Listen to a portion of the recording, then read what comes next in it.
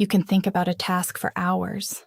You can plan it, refine it, imagine how well it might go. But the moment you try to begin, something resists. The task hasn't changed. The time exists.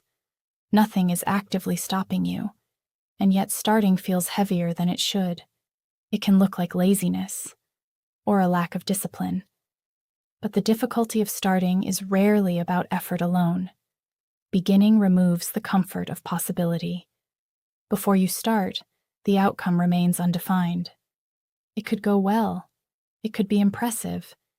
It could stay perfect in your imagination. But once you begin, uncertainty becomes measurable. Action converts possibility into evidence, and evidence can be disappointing. The mind understands this. Starting means moving from simulation into reality, from imagining into being evaluated. In imagination, control feels intact. In action, control becomes limited. Mistakes can occur. Progress can be slower than expected. Results can fall short of the version you pictured. So the brain hesitates, not because the task is impossible, but because beginning introduces risk. Risk of imperfection. Risk of discovering that something is harder than anticipated. Risk of confronting limits. There is another layer.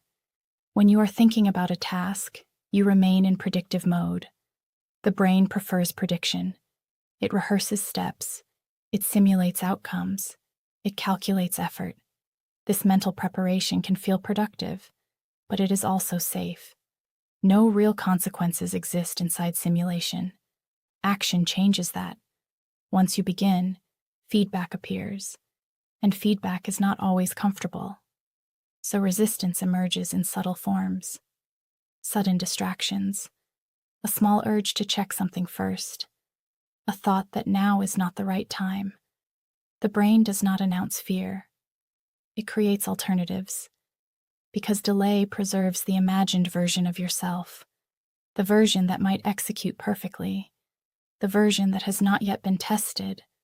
Starting collapses that illusion, and that collapse can feel threatening, even when the task itself is small. Writing the first sentence, opening the document, making the first call.